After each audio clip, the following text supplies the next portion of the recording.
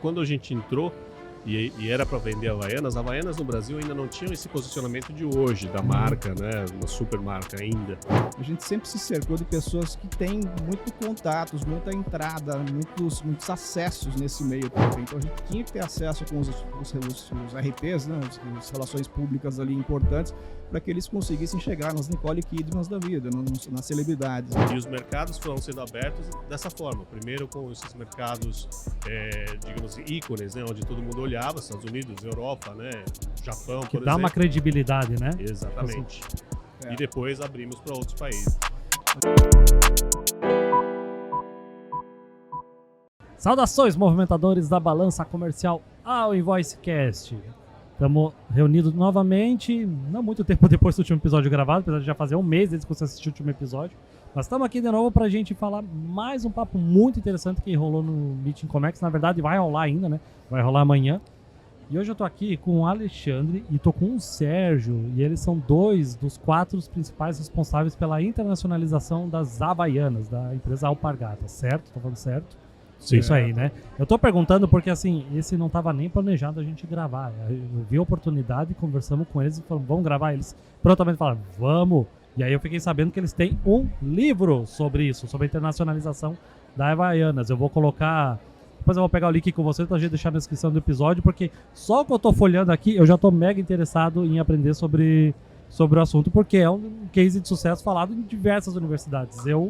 Eu mesmo ouvi falar isso em 2009 no meu MBA. O namorado da Nicole aqui, que trabalha na Invoice, falou que foi o tema da monografia dele. Então, assim, é uma referência no Brasil mesmo. Então, nossa, que honra poder conversar com vocês sobre isso, mas eu tenho que admitir que a pauta não está muito bem preparada para isso. Além do que eu já estudei um pouco sobre o tema. Tá, vamos começar então o tema da internacionalização.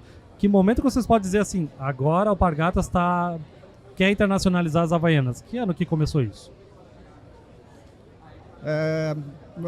Anos 2000. 2000. Anos 2000. Foi um processo todo que a empresa estava numa transformação, tanto do ponto de vista interno, que também ela estava com dificuldades de mercado, ela estava se reorganizando, se reformulando, ela mudou a estratégia dela de comunicação nos anos 90, e nos anos 2000 foi o momento que ela decidiu que ela deveria galgar mercados internacionais.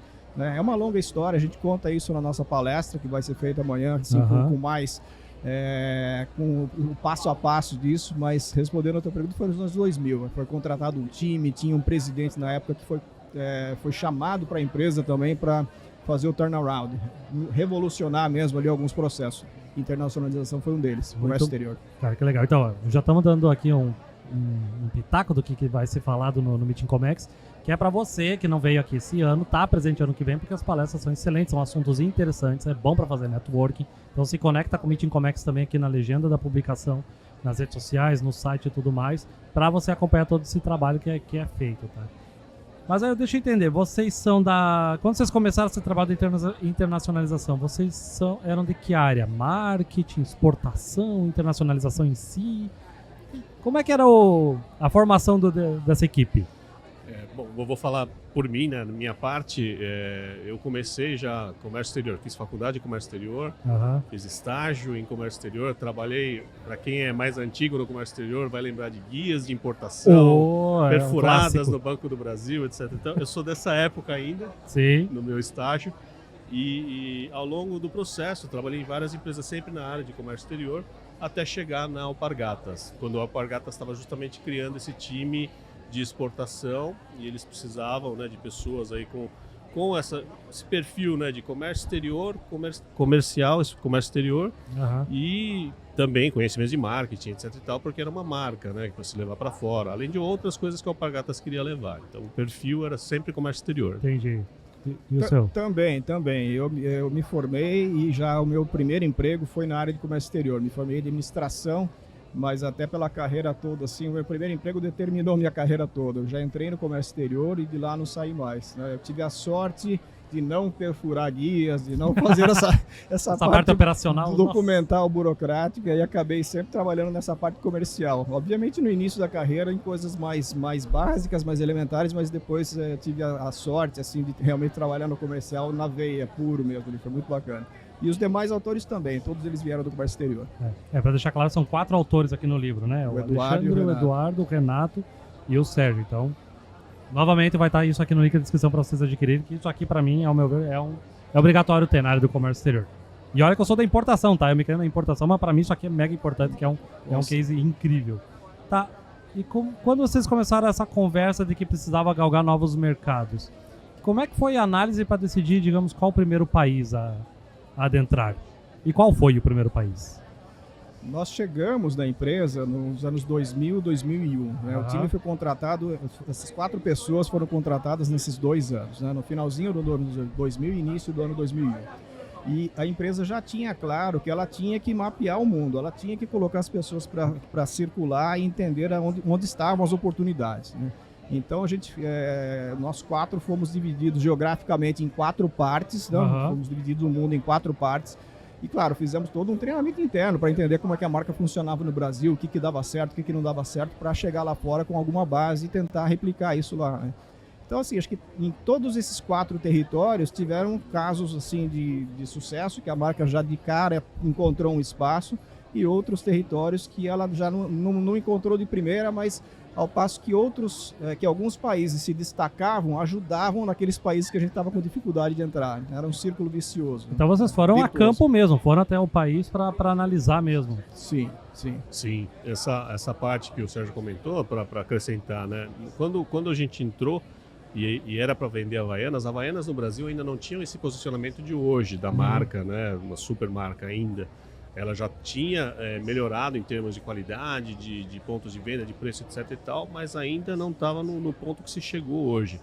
Nesse momento, a gente buscou aqueles mercados primeiro, aqueles da Europa, Estados Unidos, por exemplo, que eram aqueles mercados formadores de opinião. Ou seja, a partir dali a gente entrou por cima com uma faixa de preço, né? Inclusive a gente fala nessa questão do preço, que foi descoberto um nicho, né, que não existia. Por isso que a gente conseguiu precificar muito bem o produto. E aí, a partir daí, a coisa se ramificou. Foi para médio, para baixo também. E os mercados foram sendo abertos dessa forma. Primeiro com esses mercados, digamos, ícones, né? Onde todo mundo olhava, Estados Unidos, Europa, né?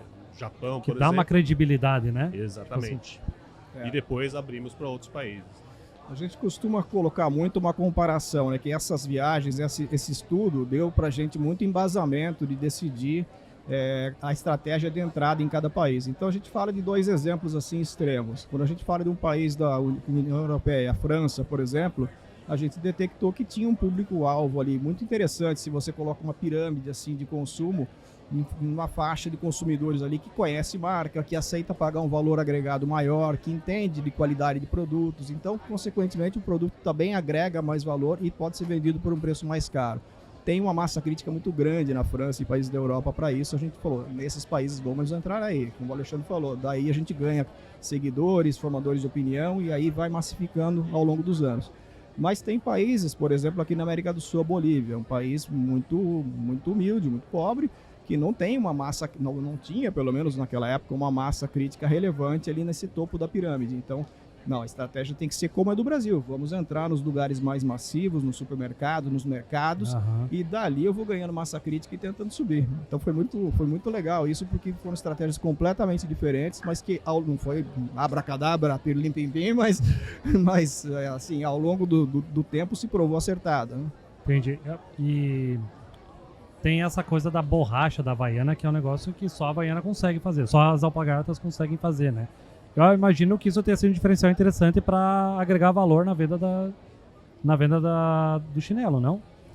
Sim, assim, a borracha, né? Todo mundo acho que imagina um tapetão de borracha que vai cortando, né, um monte de sandálias. Não assim. é? Não é.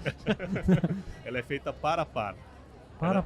Elas são feitas no molde, elas são expandidas par a par no molde e depois cortadas. Por isso que ela tem a parte traseira mais alta, mais macia e a frente mais fina e rebaixada. Então esse tipo de detalhe, né, o que tinha antigamente, que o Chico Anísio, né, na propaganda do Chico Anísio falava, né, não solta as tiras, não deforma, né, não tem cheiro. A questão funcional foi básica para a gente poder entrar lá fora, só que era o básico, você tem que ter qualidade. Quando a gente começou, a gente era comparado ao chinês. Qual a diferença do seu calçado, né, brasileiro com o do chinês? E a gente explicava esse detalhe da qualidade em si do produto e explicava toda a estratégia que tinha por trás do trabalho, né, que tinha da empresa e que nós estaríamos ali para ajudá-los a vender o produto lá no mercado deles. Então essas eram as diferenças que a gente começava a colocar no mercado. Inclusive, essa história é o título do livro, né? Havaianas, a internacionalização de um ícone brasileiro. Aham. Porque naquela época, se você chegasse e mostrasse o chinelo para alguém, fala um país agora.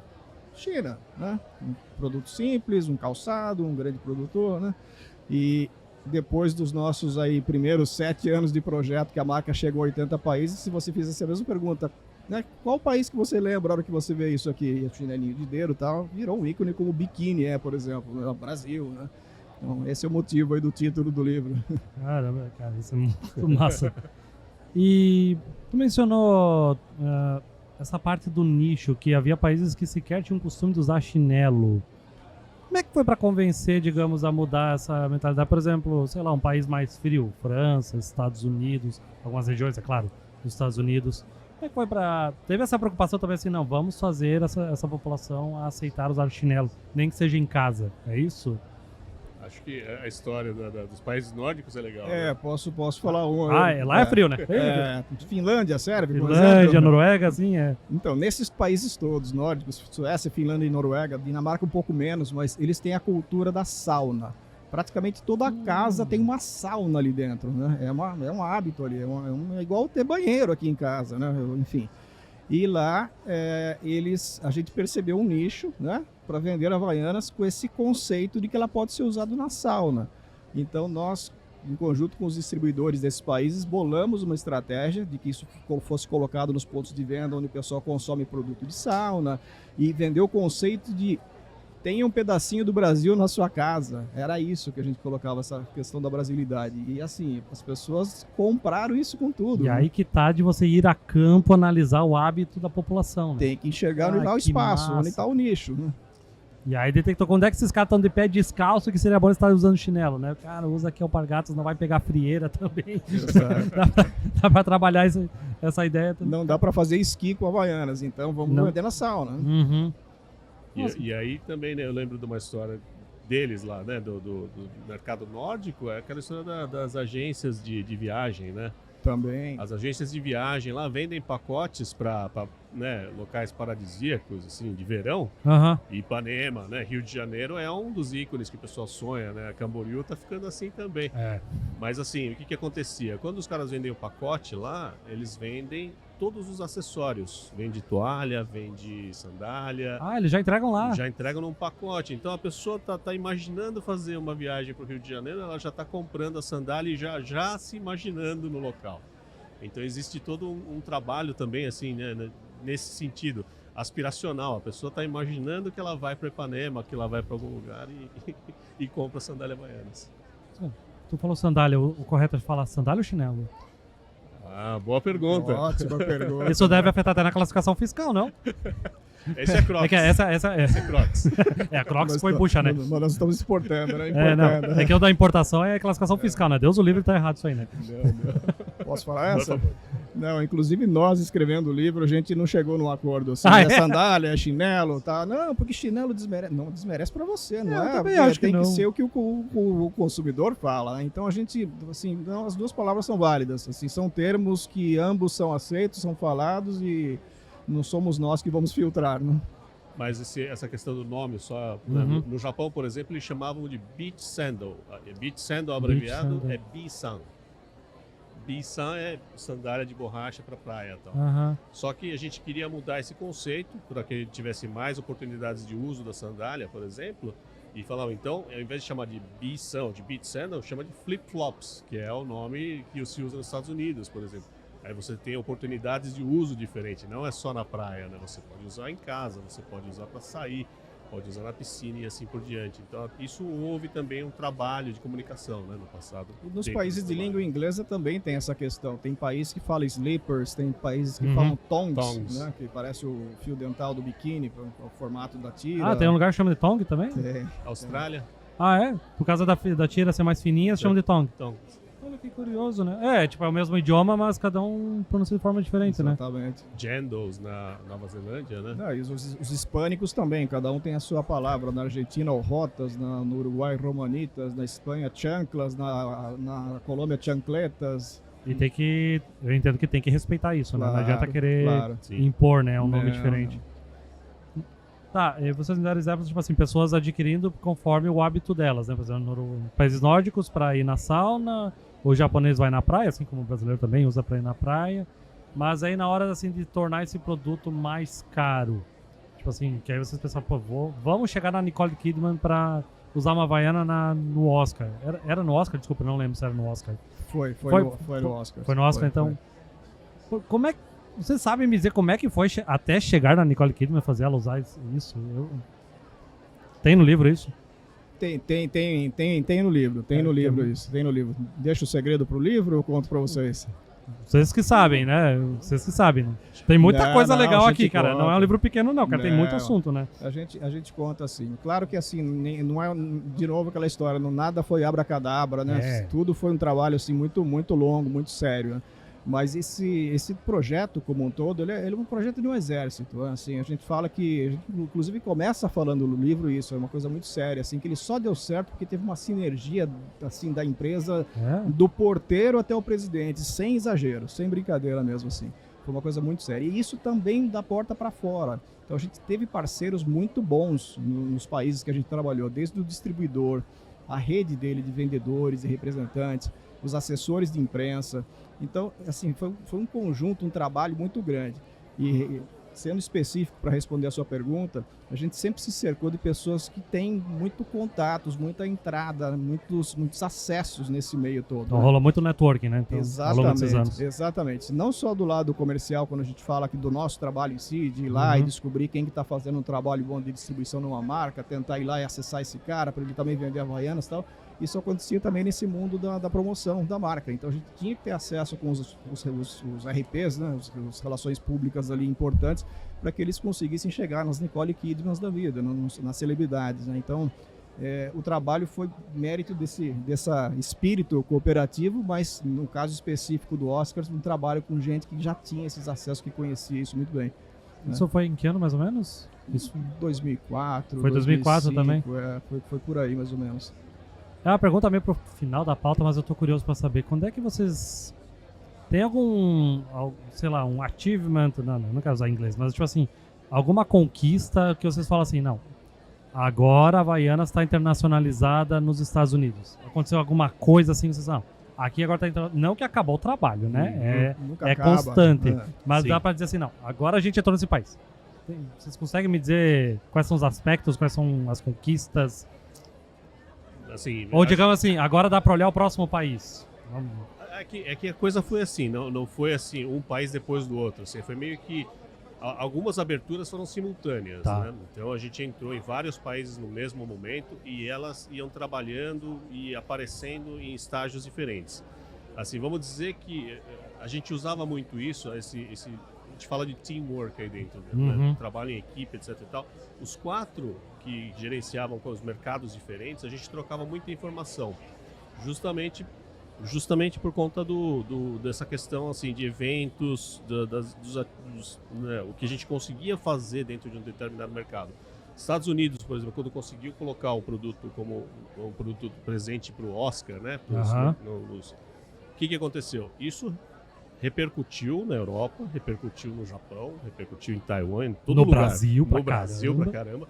Mas assim, o que aconteceu? O Japão queria de todo jeito uma sandália do Oscar igual para fazer propaganda, e aquilo saiu em um monte de revistas. Foi rápido assim a repercussão? Mas foi graças a essa troca de informações, porque o Edu, que ficava nos Estados Unidos, que teve o evento do Oscar, já mandou a informação, a gente pegava toda aquela informação, mandava para a Europa, o Sérgio distribuía a informação para os distribuidores deles, e eu pegava na Ásia, na Oceania, distribuía para todo mundo, e como o Sérgio falou, já tinha rede de relações públicas, o pessoal já aproveitava aquilo, já tinha gente querendo fazer. Que é momento, né? Tem que aproveitar o momento, né? Exatamente. E a mesma coisa de outros países, Festival de Cinema de Cannes também é um negócio gigante também. Aconteceu na França, a gente espalhou imediatamente assim para o restante dos países, né? E Rock in Rio. o evento da Austrália, né, da competição das praias com as boys, isso é um negócio gigantesco. Ganhou um Não Guinness, tem né? talvez um glamour como tem o Oscar, mas nossa, Como é que é essa história? Desculpa, não, esse é legal. não conheço essa. A Austrália, eles criaram uma competição Tá. de uma competição entre praias da Austrália para qual teria mais gente com boias no formato de Havaianas fazendo uma fila. Isso entrou no Guinness. Tá, isso foi algo de vocês ou foi natural? Isso foi um trabalho do distribuidor junto com, Aham. né, conosco. Ai, que ideia boa. E isso aí Isso explodiu. No Australia Day, que é um dia Australia Day. especial deles, dá um feriado uma vez ao ano, em pleno verão, né? Tem fotos assim que você vê a praia assim, literalmente. Assim, Não, cada praia com 2.200 boias. Imagine 2.200 boias de 2 metros cada uma. Não, isso é tão forte quanto o Oscar, né, Não, meu Deus do tá céu, cara? Tu sim. vai mobilizar E- nacionalmente um país, cara, pra fazer E isso. todo ano quebrando o recorde do Guinness, Aham. imagina isso. É assim, Entrou no muito grande. Guinness esse aí. E teve vários outros Vários, eventos, né? vários. O Jean-Paul Gaultier lá, o desfile de moda dele, ele usou sandália havaiana em todos os modelos e tal. Então foram vários assim eventos em lugares diferentes, países diferentes, que a gente cruzava tal. Mesma coisa a história da Galeria Lafayette, as vitrines, todas as vitrines da Printemps na França com a arte de havaianas.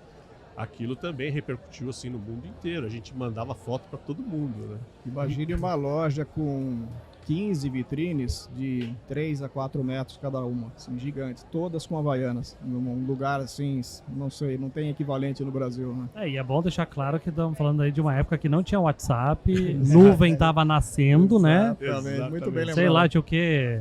Palme. Tinha o Palm, não tinha Google Drive direito Nokia, ainda. Tinha Nokia também. É, Aquele tipo- que abria e tinha tecladinho, assim. Era mandar as imagens por e-mail mesmo, na raça, e... A gente chegava no hotel, ligava no iPass, Nossa. aquele barulhinho do Da internet modem, de escada. De escada ainda em muito país, né? baixar os e-mails. Mas dava certo. Mas deu, Dava deu funcionou, certo, né? dava certo. Funcionou, né? Não, só completando essa questão dos eventos, a gente falou do pós-evento, depois que acontece, que o barulho aconteceu, né, que a gente circula. Só que antes disso, toda essa preparação, de novo, volta àquela história do time, né, aquela história do exército ali. E isso também, a gente, dentro do possível, a gente repartia, espalhava e falava e fomentava, porque Oscars, Festival de Cannes, de novo, tudo isso, antes do evento já gera um interesse, já gera um boom. Então a gente aproveitou muito bem isso. Né? Entendido. E falando mais da parte da operação, que eu gosto muito da operação. Muito bom. Teve algum país aí que fez alguma demanda que você falou assim, cara, minha fábrica não vai dar conta disso aí tudo, não. Teve alguns momentos assim, tipo, meu, isso aqui deu melhor do que a gente imaginava.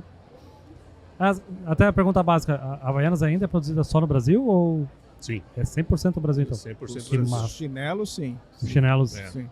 Acho que o exemplo da Havaianas marrom, né, é um exemplo legal, né? Assim, a gente tem lá milhares de SKUs, né? A Havaianas tinha milhares de SKUs, diferentes desenhos, cores, etc e tal. Mas assim, o grande volume que se vende ainda, né, em geral, é branco e preto. Ah, é? O maior volume, o pessoal, né, gosta e tal, mas assim, o volume gordo, digamos assim, é o branco e preto. E aí o que acontece? No exterior houve uma demanda, na Europa, na Austrália, por exemplo, de cor marrom. Quando aparecia sazonalmente uma cor marrom, todo mundo gostava.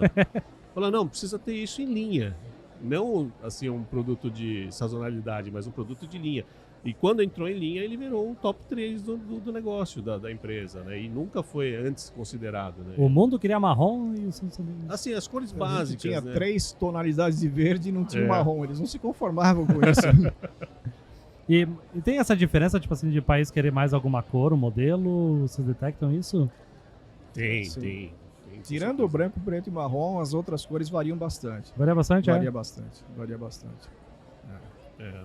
Filipinas, por exemplo, gostava do salto, né? Daquela sandália mais alta, por Aham. exemplo. Né? E A estatura média estatura- delas, é, as exatamente. mulheres são mais baixas, aí elas gostavam daquela Havaianas com tipo um tamanco, assim. É. E qual que é as perguntas bestas que me vem à cabeça? Qual que eram os países com menor pé, assim, que tinha que vender os menor tamanho? Nem nossa, sei se vocês têm acesso a isso. Eu lembro dos maiores, Maiores? Os nórdicos lá. Nórdico né? é tudo pé gigante. 45, 46 era pouco, que era o número máximo de Havaianas. Né? Nossa. Que eles queriam mais. Aqui é quase sob encomenda, né? Eu falei, caramba, mas nem Caramba! tem como mandar maior. Mas menor acho que deve ser Japão, Taiwan, assim, esses Próprias países. Filipinas, né? Esse tamanho aí já afeta até a logística de embarque, né, cara? Tem que pensar na caixa diferente, tudo, né? Pra essa forma, né, cara? O próprio produto fica estranho, né? Assim, muito grande, né?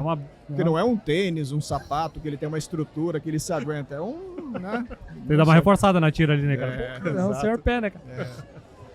E você tava falando no início ali de mostrar uma Havaiana hoje, o pessoal fala, Havaiana, isso aqui é Brasil. Mas como é? Olhando o produto, ele é simples. Mas claro, teve todo esse trabalho por trás de vocês que fizeram ele ter esse reconhecimento.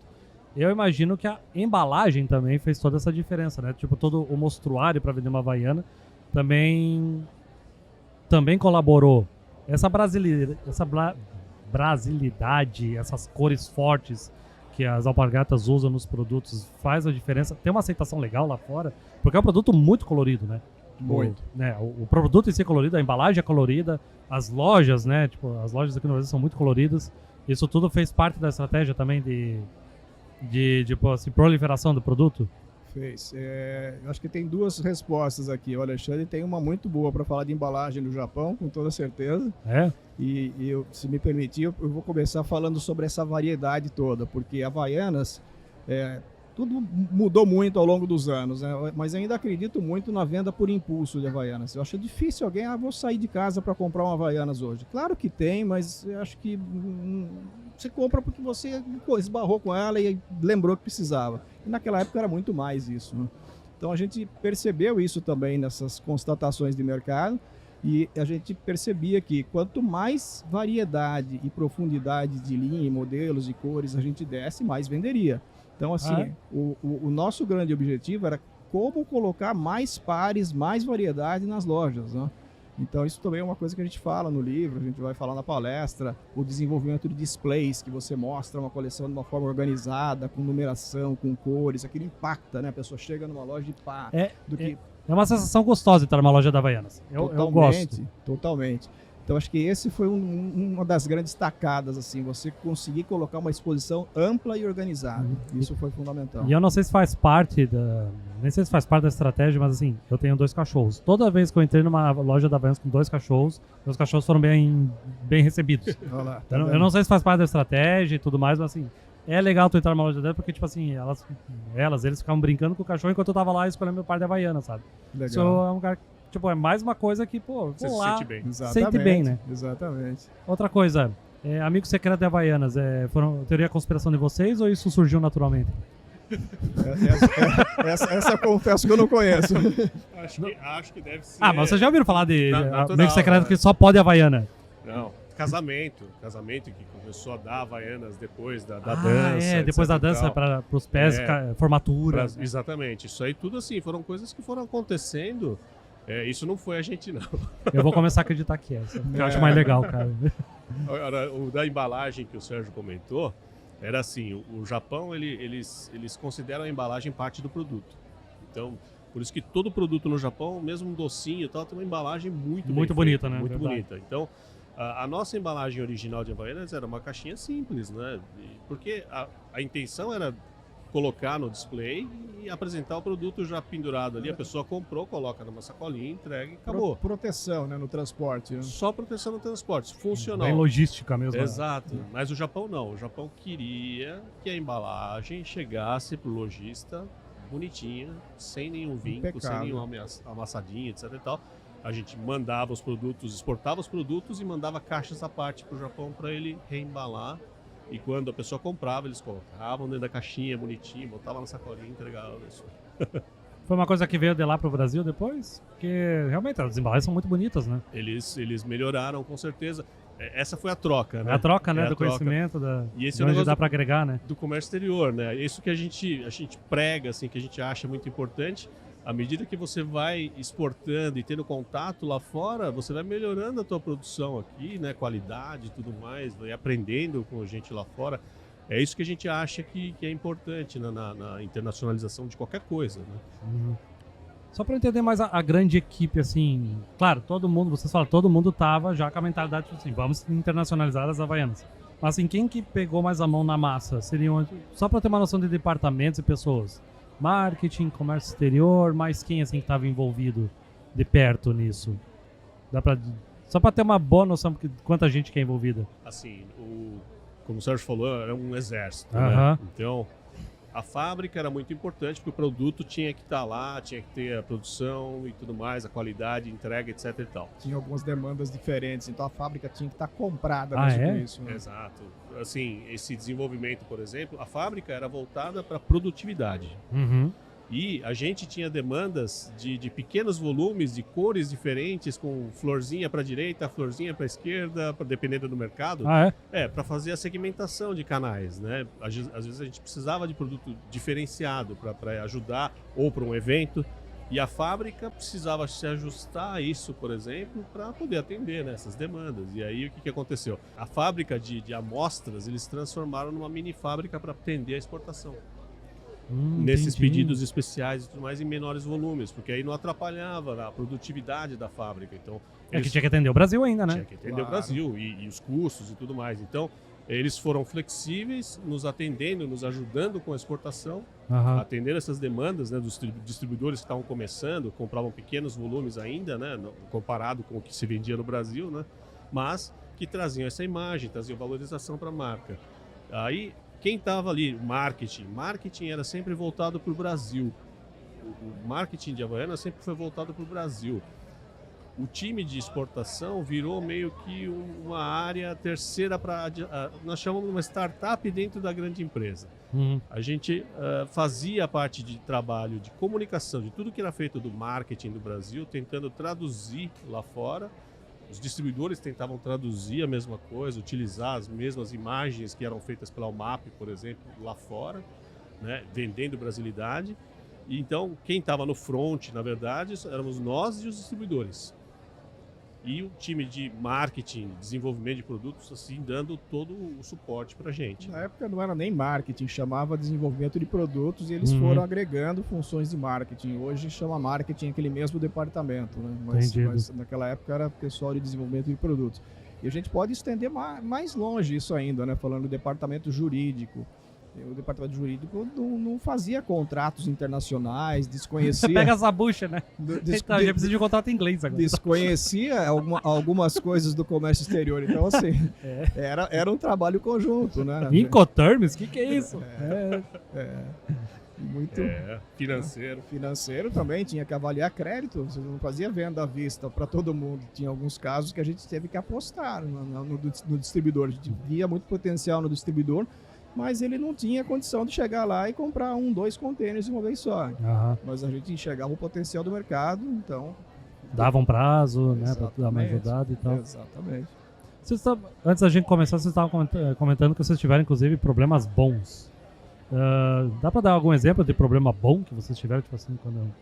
Problema, com certeza, vocês tiveram um monte, né? Porque mas isso aí não é brincadeira que vocês fizeram, né? Eu tô aqui virou um livro, né? Mercado paralelo, né? Mercado Acho que é o paralelo. melhor exemplo, né, do problema positivo. Né? Sim. Não é tão positivo, mas dá para se dizer que é um problema positivo. Né? Quando você tem um produto que é vendido na Europa, nos Estados Unidos por 20 euros e aqui no Brasil é vendido por, naquela época, 10 reais, Aham. 12 reais, né? Você tem uma discrepância muito grande de valores. E você desperta a atenção de muita gente, muito além de levar nas malas para os amigos que estão lá fora, ou de levar nas malas para revender. Tinha gente que mandava containers lá para fora, né? De comercialização paralela. Ah, Compravam aqui no mercado e revendiam lá fora. Assim, isso é muito prejudicial para a distribuição oficial, porque a distribuição oficial tem todo um aparato que é colocado ali. O exemplo que a gente falou de Oscars, de RP, isso tem um custo. Tudo isso na custa, estrutura, né? Tudo isso custa, né? E é por isso que ela é vendida mais cara lá fora. Então a gente estava numa fase de construção da imagem, construção da negociação em si lá fora. E a né? propriedade intelectual, né? Isso pertence ao Alpargatas, né? Se você É. tá vendendo por fora, é igual querer importar iPhone encher um container e falar, não pode, cara, isso pertence à Apple, tem uma empresa aqui no Brasil para isso e tudo mais. Né? Exatamente. Então, esse é um exemplo do problema positivo. Tinha muita demanda, todo mundo queria, né? As pessoas encontravam caminhos, mas no fundo era um problema, né? Atrapalhava. Chegou um momento assim que vocês não estavam dando conta de fornecer, tipo assim, a demanda e pode ter aumentado esses casos de mercado paralelo, assim, ou foi realmente por causa da variação do preço? Oportunismo mesmo. Oportunismo mesmo. Oportunismo. E como é que funciona essa construção de preço para diferentes países? Claro, União Europeia, Euro, beleza, mas tipo assim, tu tem Canadá, Estados Unidos e México, um do lado do outro, sabe? Essa definição de preço, até porque não dá para fazer uma coisa muito... Não dá para oscilar tanto entre um e outro quando você tem fronteiras, né? Como é que foi essa preocupação? Eu acho que assim, muito baseado em mercado mesmo, né? Então até estendendo um pouquinho a explicação anterior, responde essa pergunta tua. Quando a gente chegou em países como os países da União Europeia, Estados Unidos, a gente percebeu que tinha um gap, tinha um espaço entre o produto genérico, baratinho, sem marca, e as grandes marcas vendendo a um preço muito, muito alto. Então assim, a Havaianas cabia naquele meio, pagando essa estrutura extra que ela precisou construir, tudo aquilo que a gente falou de RPs, de distribuição segmentada, tudo mais e tal. Então, assim, ela poderia vender ali embaixo, não igual ao genérico, mas poderia vender um pouquinho ali acima. Poderia vender igual aquele cara lá em cima, aí a gente entrava naquele problema, a nossa massa crítica seria muito pequena, né? Então a gente achou um espaço no meio e assim, foi, né, às vezes não foi de primeira, mas a gente foi testando e achou aquele espaço com relação a preço, né? Mas acho que mais difícil responder isso seria a questão de canais de venda também. Isso também foi um desafio bem interessante que variou de país para país até acertar. Né? Então a estratégia mesmo é olhar cada mercado, cada país separadamente, sem querer, se eu cobro tanto aqui, eu posso cobrar tanto aqui. Não, tem que analisar cada mercado à parte. Foi olhado cada um, mas olhou-se muito isso sim, das questões fronteiriças, que não pode também ter uma diferença muito grande. E normalmente não tem, né? Acho que talvez a maior seja Estados Unidos e México, porque as demais são muito equilibradas. Sim. E em que etapa agora está as Havaianas? Ela já está, por exemplo, com lojas mesmo, para lojas próprias em outros países? Qual que é a etapa no momento da internacionalização? Tipo assim, porque os distribuidores não eram das alpargatas, né? Eram distribuidores fora do Brasil. Independentes, né? Exato. Assim, mudou muito, né? Na época que nós iniciamos, eram todos distribuidores independentes e eles tinham exclusividade por país. Tem uma etapa também que é comentada, né, no livro, assim, houve uma fase em que a Alpargatas decidiu dar um passo a mais. Ela queria a operação direta dentro da Europa, por exemplo. Estabeleceu um escritório lá e começou a trabalhar diretamente com alguns subdistribuidores, etc. e tal, mas ela estava operando diretamente.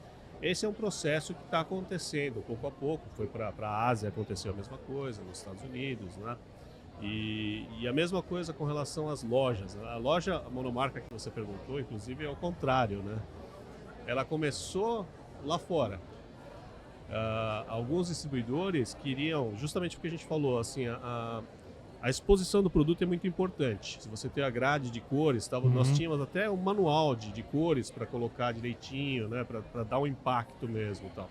O time de visual merchandising... Dá um contraste entre elas. Exato. Já tinha reparado isso nas lojas de verdade. Fazer aquela paleta. É muito legal de ver. Então, tinha um manual para isso, né? Aí, o time de visual merchandising criava manuais, mandava para o distribuidor e tal, mas às vezes é difícil você convencer o lojista a fazer o que a gente está falando. Ele fala, eu tenho uma parede aqui, você quer que eu use a minha parede toda para colocar o seu produto aqui? E o que aconteceu? Alguns distribuidores começaram a fazer lojas pop-up ou lojas físicas só da marca Havaianas. E ele fazia a exposição que ele queria. E aquilo se estendeu por vários países e aquilo foi assim testado, não era usado como marca Havaianas naquele momento, porque não chamava loja Havaianas, mas era uma loja quase que exclusivamente de produtos Havaianas. E ele fazia essa exposição. Isso é o que virou mais ou menos a loja dentro do Brasil, franquia, né, de loja Havaianas. E a mesma coisa depois foi para fora da mesma forma, né? Aí você pode abrir já o modelo de lojas, né? Que já está agora sim preparado, produzido para isso. Já tem quantas... Desculpa. Não, aí vai o spoiler da nossa apresentação amanhã, né?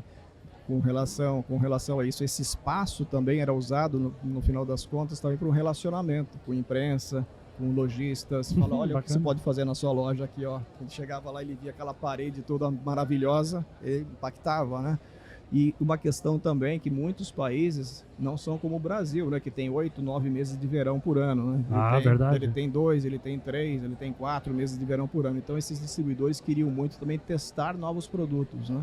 Para complementar durante o inverno. Então esse também foi um motivo dessa loja, já meio que empurrando a Alpargatas na direção de, olha, lance um complemento para inverno. Tipo as meinhas, né? As meinhas que Isso. encaixam na Havaiana, isso é legal. Muito bem, senhores, muito obrigado aqui por contar um pouco da história de vocês. Gente, compre esse livro. Eu comprei esse livro, tá? Eu não pedi, não chupinhei nada, eu comprei, porque isso aqui vale ouro, gente. Isso aqui, você que é da exportação, quer exportar marca, é diferente de você exportar commodity. Isso aqui é um dos maiores cases do Brasil, gente. E o Meeting Comex trouxe 2 pessoas para estar palestando sobre isso. Então, novamente, se conectem com o Meeting Comex, se conectem também, vou colocar também as redes sociais de vocês, o que vocês desejarem para claro. ajudar Obrigado. na divulgação. Legal. Então, façam parte do Meeting Comex, que vale muito a pena, se conectem no que tiver aqui na nossa legenda. Então, por hoje é isso, trabalhos encerrados e até a próxima. Tchau, tchau. Obrigado. Obrigado. Valeu.